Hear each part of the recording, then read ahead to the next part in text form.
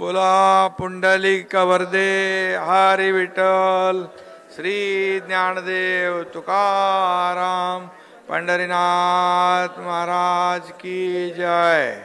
माऊली ज्ञानेश्वर महाराज की जय। जगद्गुरु तुकाराम महाराज की जय। आजच्या कार्तिकी एकादशीच्या पांडुरंगाच्या महापूजेला उपस्थित पालकमंत्री जयकुमार गोरेजी, दुसरे आमचे रोजगार हमी योजनेचे मंत्री भरत शेठ गोगावले, माजी मंत्री आमदार तानाजी सावंत, आमदार समाधान अवताडे, आमदार अभिजित पाटील, आमदार बापू पठारे, जिल्हाधिकारी कुमार आशीर्वाद, सीओ कुलदीप जंगम, आपले हबप गैनीनाथ महाराज औसेकर,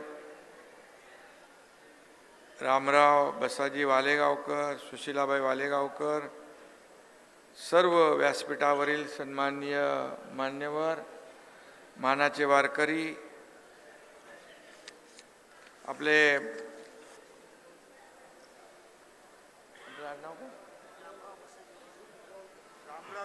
रामरावजी, मग त्यांचं नाव घेतलंय, मला वाटलं खरं म्हणजे त्यांना देखील मनापासून मी धन्यवाद देतो। आज मानाची पूजा, मानाचा वारकरी होण्याचा मान त्यांना मिळाला आहे आणि मगाशी आम्ही त्यांना ते एसटीचं 1 वर्षाचा पास दिलेला आहे एसटी महामंडळाने।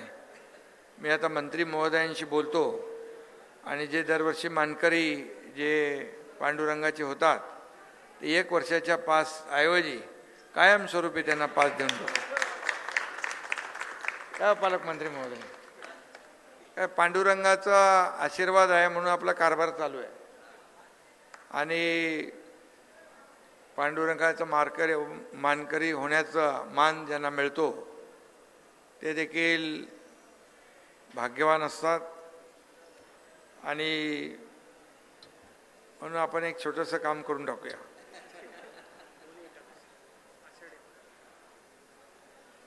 आणि नाही, दोन्हीचे मिळतील ना, मानकरी दोन्ही, आषाढी आणि कार्तिकीचे। सर्वप्रथम मी आजच्या कार्तिकी एकादशी निमित्त सर्व लाखो पांडुरंगाच्या वारकरी भक्तांना मनापासून शुभेच्छा देतो, मनापासून त्यांचं अभिनंदन करतो, मनापासून त्यांचं स्वागत करतो आणि पंढरीच्या पावन भूमीला, महान वारकरी परंपरेला साष्टांग दंडवत घालतो। खरं म्हणजे इथं आल्यानंतर मगाशी मी औसेकर महाराज कुठे आहेत येताना बोलत होतो, इथं आल्यानंतर एक वेगळं व्हायब्रेशन आहे, एक वेगळी ऊर्जा आहे आणि इथं आल्यानंतर असं वाटतं की इथून हलू नये, अशी एक इथं एक संपूर्ण भारत म्हणजे पांडुरंगाच्या आशीर्वादाने सगळी हा परिसर पूर्ण, हाच काय पूर्ण पंढरपूरमध्ये जिकडे जावं तिकडं पांडुरंगाचं नामस्मरण जयघोष सुरू असतो। बगरे गुरुजी इकडे आहेत आणि सगळीच मंडळी आहेत, संभाजीरावांनी सगळी आपली सगळी संस्थेची सर्व मंडळी आहेत। खरं म्हणजे आपल्या गोरगरिबांचा, महाराष्ट्रातल्या गोरगरीब जनतेचा राजा, गोरगरिबांचा देव म्हणून पांडुरंगाकडे आपण पाहतो आणि आषाढी आणि कार्तिकीला लाखो लोक या ठिकाणी पांडुरंगाच्या दर्शनाला येत असतात आणि इथं आल्यानंतर इथं पूजेचं जी काय जो मान मिळतो, मला चौथ्यांदा आहे ना, चौथ्यांदा या ठिकाणी पांडुरंगाच्या पूजेचा मान आणि संधी मिळालेली आहे. मी स्वतःला भाग्यवान समजतो. खरं म्हणजे या ठिकाणी आल्यानंतर एक समाधान, एक आनंद सगळ्यांनाच मिळत असतो. आणि मी नेहमी सांगत असतो की इथं VIP आम्ही लोक नाही, इथला वारकरी VIP आहे. आणि म्हणून आम्ही दर्शन वगैरे बंद आपण करतच नाही. आणि VIP दर्शन पण आपण बंद केलं ना, म्हणजे VIP दर्शन बंद केलं. म्हणून VIP कोण आहे? वारकरी. आणि मी देखील शेतकरी आणि वारकरी कुटुंबातून आलो आहे. मला आठवत आहे, मी लहानपणी आमचे आजी आजोबा आई वडील यांच्यासोबत आलो होतो. आणि त्यावेळची देखील आठवण आजही अशी डोळ्यासमोर येते. आणि इथं एक सर्वसामान्य कार्यकर्ता, एक शाखा प्रमुख ते राज्याचा मुख्यमंत्री होण्याची संधी देखील मला मिळाली.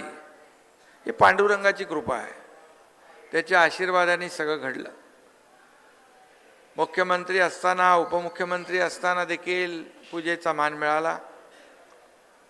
खरं म्हणजे इकडं आल्यानंतर ही सगळी पदं बाजूला जातात आणि मनामध्ये आपल्याला एक भावना निर्माण होते, आपण पांडुरंगाचा वारकरी आहोत. पांडुरंगाचा वारकरी म्हणून इथं आपण आलेलो आहोत. त्यामुळे बाकी सगळा प्रोटोकॉल बाजूला गळून पडतो आपोआप. हे इथलं वैशिष्ट्य आहे. आणि म्हणून या ठिकाणी मी मुख्यमंत्री असताना ज्या काही तेव्हा आपला प्रशासन व्यवस्था शासनाच्या माध्यमातून, इथल्या जिल्हाधिकाऱ्यांच्या माध्यमातून वारकरी जे आपले येतात त्यांची गैरसोय होऊ नये यासाठी आपण प्रामाणिकपणे प्रयत्न केला. आणि आज त्याची प्रचिती आपल्याला दिसते. इथे कुमार आशीर्वाद आहेत आपले जिल्हाधिकारी.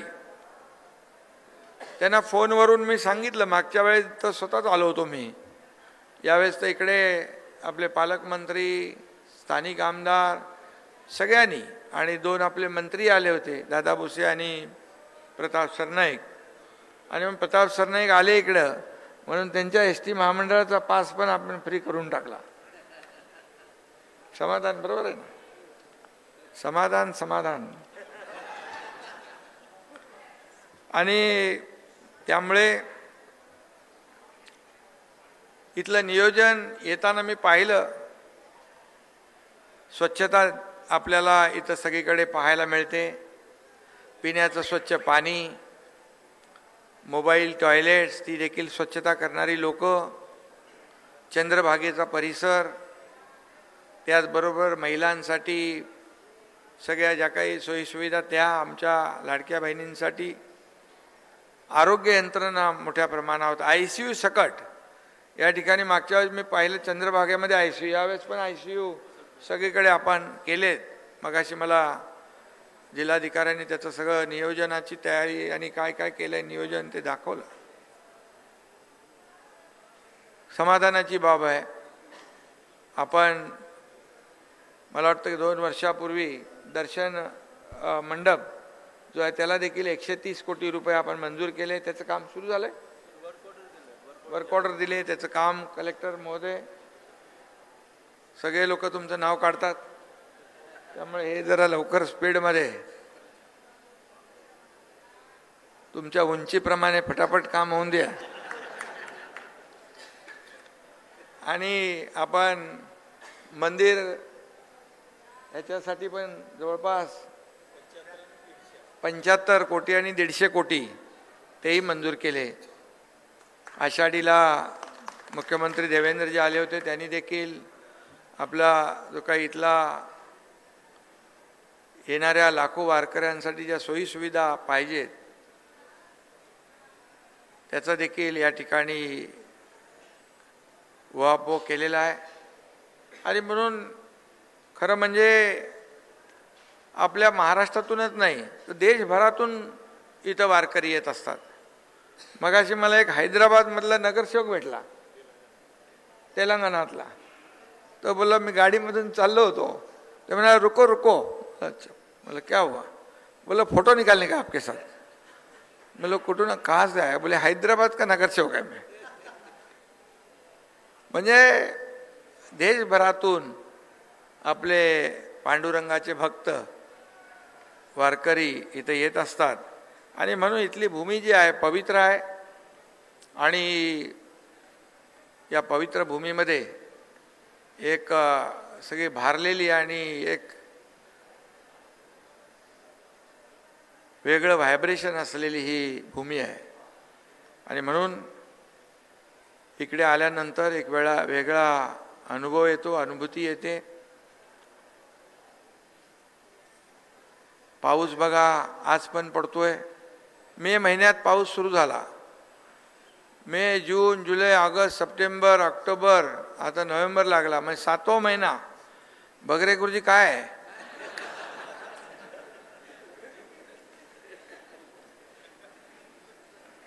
आणि शेतकरी संकटात आहे.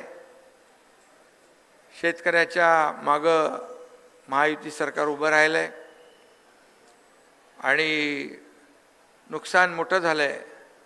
शेतीचं नुकसान झालंय, गुरंढोरं वाहून गेली आहेत, घरांची पडझड झाली आहे, जमीन खरडून गेली आहे.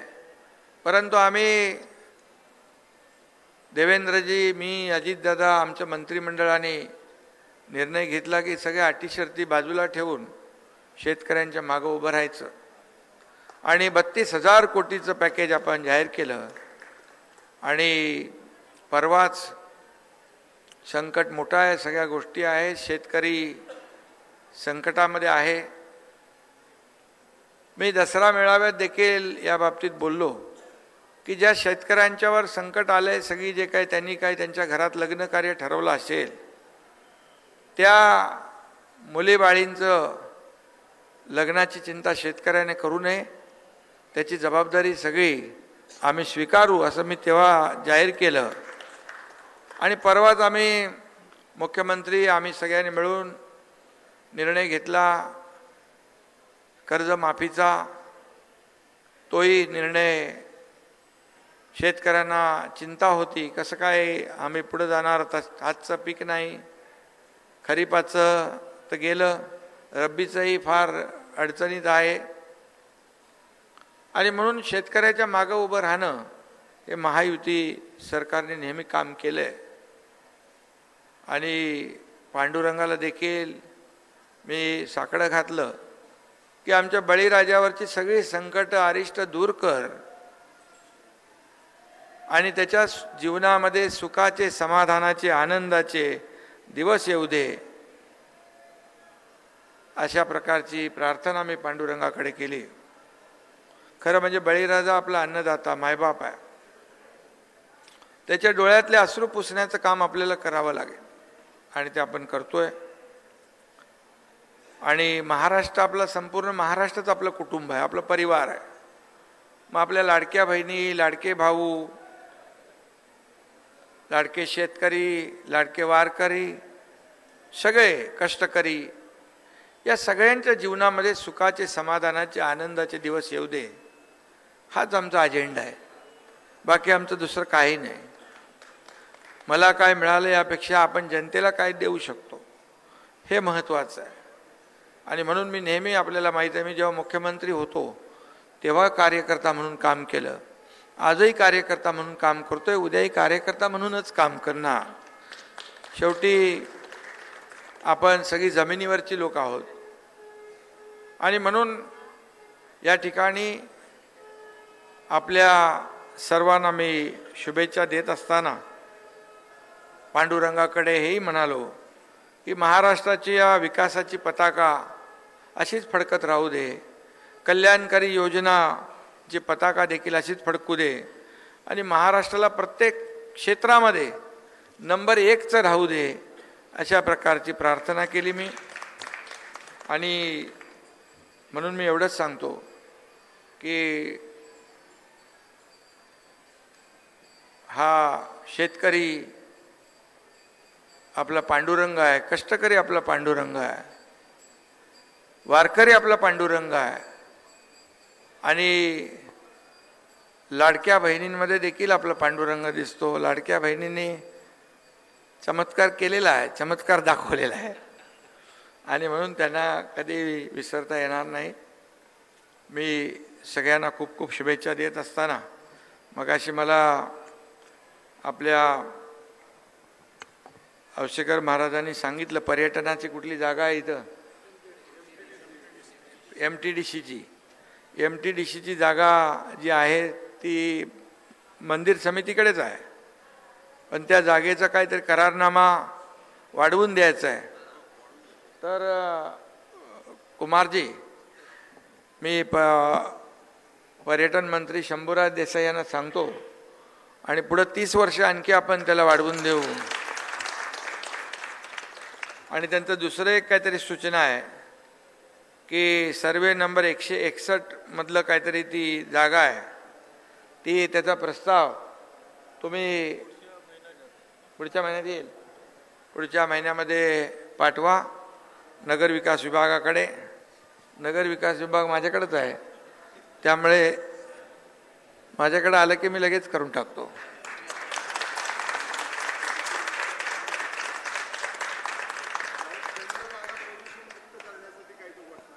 No reason on the spot decision. Chandrabhaga देखील प्रदूषण मुक्त झाली पाहिजे ही तमाम वारकरी भक्तांची मागणी आहे आणि त्यासाठी देखील शासन पूर्णपणे जे जे काही करावं लागेल ते सगळं करेल. कारण आजच माझ्याबरोबर MPCBचे सिद्धेश कदम आले होते आणि त्यांनी आपली पर्यावरणाची वारी पांडुरंगाच्या दारी अशी त्यांची दरवर्षी वारी असते आणि त्यांना येताना मी सांगितलं की आपल्याला इंद्रायणीप्रमाणे चंद्रभागा आणि ज्या आपल्या नद्या आहेत या प्रदूषण मुक्त केल्या पाहिजे आणि त्यासाठी नक्की शासन पूर्णपणे जे जे काही करायचं ते करेल एवढीच आपल्याला मी खात्री देतो. पुन्हा एकदा मंदिर समिती, जिल्हा प्रशासन या सगळ्यांचं, लोकप्रतिनिधी या सगळ्यांचं मनापासून मी त्यांचं अभिनंदन करतो. अतिशय उत्तम व्यवस्था या ठिकाणी, उत्तम नियोजन या ठिकाणी केलेलं आहे आणि मी जे रस्त्यावरचे खड्डे आपले आता पावसामुळे काही ठिकाणी राहिले, पण जिल्हाधिकारी मला म्हणाले मला 5 कोटी रुपये पाहिजे. मी त्याच दिवशी ऑर्डर काढली 5 कोटीची, देऊन टाकले त्यांना. चांगलं काम करणारा अधिकारी आहे, पैशाने कुठं कमी पडता कामा नये. आणि म्हणून शासन नेहमीच प्रशासनाच्या मागं उभं राहिलेलं आहे. शेवटी आपल्याला हे सेवा जी आहे, ही व्यवस्था जी आहे, हे नियोजन जे आहे, हे वारकरी आपल्या पांडुरंगांच्या भक्तांसाठी, वारकऱ्यांसाठी करायचं असतं. आणि तुम्ही सांगा पत्रकार मंडळी, तुम्हाला फरक जाणवतोय ना आता एकदमपणे? म्हणजे मी बोलतो म्हणून नाही, म्हणजे इकडे व्यवस्था, नियोजन जे आहे, आणखी आपल्याला खूप करायचं आहे आणि पांडुरंगाच्या आशीर्वादाने आपण सगळं करतोय. खरं म्हणजे ही छत्रपती शिवाजी महाराजांची भूमी, शूरांची, वीरांची आणि संतांची भूमी आहे आणि म्हणून हे पांडुरंगाचं जे स्थान आहे पंढरपूर देखील या ठिकाणी येणाऱ्या भक्तांची व्यवस्था, नियोजन उत्तम राखण्याचं काम या ठिकाणी प्रशासनाने केलं आहे, मंदिर समितीने केलं आहे, आमच्या सर्व लोकप्रतिनिधींनी केलं आहे. त्या सगळ्यांना मनापासून धन्यवाद देतो आणि आपल्या सर्वांना कार्तिकी एकादशीच्या खूप खूप शुभेच्छा. धन्यवाद. जय हिंद, जय महाराष्ट्र, रामकृष्ण हरी. पत्रकार बंधू भगिनींना विनंती आहे, 1 मिनिट प्लीज. एबीपी माझा, उघडा डोळे बघा नीट.